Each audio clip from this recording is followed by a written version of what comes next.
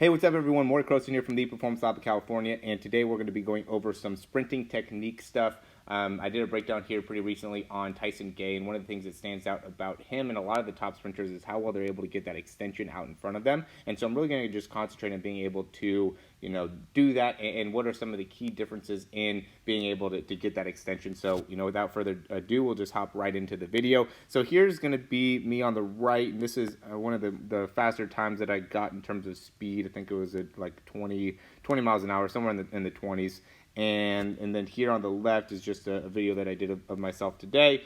Wasn't really working on technique. I knew I was going to make this video, and so it's more me not doing proper technique. But I just wanted to make some comparisons of what ends up happening. And the big thing that stands out to me is just the overall length of the stride. I know you can't really see it as much because I'm on the treadmill, but you could tell that when I'm pushing off and really trying to go fast, how much I'm really trying to pick up a lot of ground and really reach, from this perspective of pushing off the ground here and also reaching out here, where when I'm on the left, I'm not able to reach out as much because my leg is going much more downwards as I'm pushing off, and then that also makes it so then when I'm pushing off this back leg, I don't get as much of an extension. So you can see, there's a little bit more extension here on my back leg, and then there's also more extension out in front of me as well. Okay, and really it's when I touch the ground, where this one, not as much extension back behind me, and then also when I'm going down towards the ground, I don't get as much extension as well, don't get as much reach. And because of that, now my overall force ends up being a lot more of like this type of motion and this type of motion, right? So it just is kind of downwards and upwards, where on the right, I just feel a lot more cyclical in how my motion is, so more moving like that. And so the way to be able to do that is really when you're pushing off the ground, is really actually pushing off and trying to get this vertical force, where here I'm trying to push off this back leg and getting this vertical force and then trying to drive that leg through as much as I can, where on this one what I was actually doing is trying to push my leg down like that. So I think if you get too concentrated in driving your leg down with that front leg, that's going to impact your ability to actually get that nice extension out in front of you, because you're a little bit too concentrated on the foot contact time. But instead what you want to do is really think about when you're pushing off, getting that vertical force as you push off, and then as you push off, then drive that leg forward and through as fast as you can.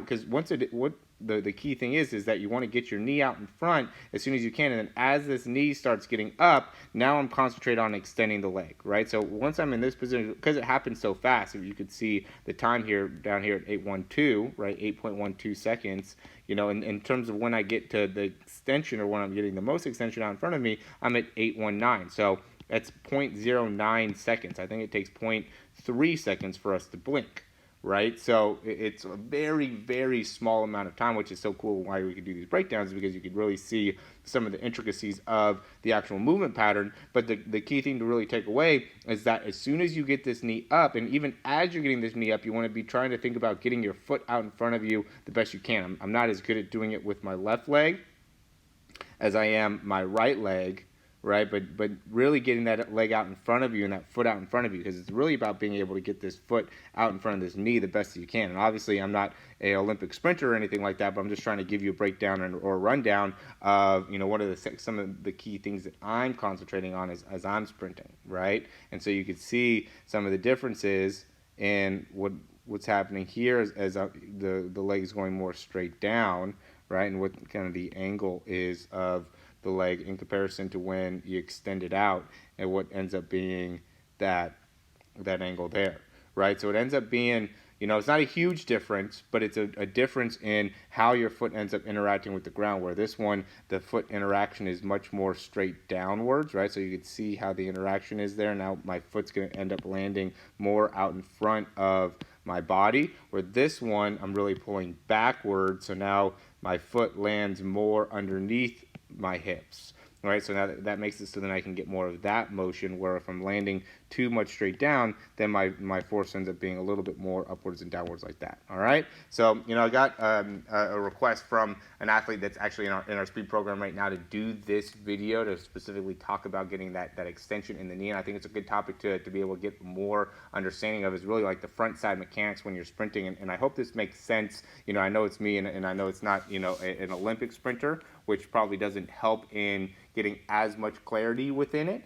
So if you have any specific questions, or maybe if you want to look in that Tyson Gay video, you can check that out and really see a better example. But I do think that getting some clarification of what some of the concentrations are as you're going through will really help you in being able to actually translate that front side mechanics when you're sprinting and running, and really when you want to concentrate on it, because it wants to not be when you get up to, if you're trying to extend the leg when you get up to this point, then you're already too late. As soon as you bring that foot through, you want to keep that foot high all the way through this zone, so then as soon as you get that knee up, you can just swing that foot out in front of you instead of it getting stuck in this position. I see a lot of guys that get their legs stuck here and then they push straight down and never really get that foot out in front. And luckily I wasn't able to give too good of an example here. I tried to just push straight down, and I think my body and just the natural force or gravity of my legs just kind of bring my legs out kind of naturally there. But I see a lot of guys that just go and push straight down here instead of really letting their foot get out in front of them and then create that natural pull. And you can even see me when I'm pushing down here in comparison to pulling my leg back, right? It really ends up being a lot with that pull, because now you can get some more lower back activation and upper hamstring activation. As you can better utilize the lower back and the hamstrings in the front side mechanics, then that will really help you in how your foot contact time is, and being able to create a lot of force off the ground, and also minimize the amount of time that you're spending on the ground, which I think are two very important things in order to maximize your sprint. All right. As always, guys, let me know if you have any questions. We have a bunch of cool resources down below for different types of breakdowns, or interest in our speed programs or anything like that. You could always reach out, and we'd be happy to help you out. As you can tell, I try to do a lot of things for anybody that's in any of my programs. So, if you have any special requests or anything like that, I'm making videos to, consistently give you guys the information for, from people that are actually, looking for this specific information. So, point being is, if you have any comments or you have any things that you'd want to see me make a video about, you could always drop a comment, and I would be happy to make a video. I'm all about trying to help you guys in being able to run faster. All right? Talk soon.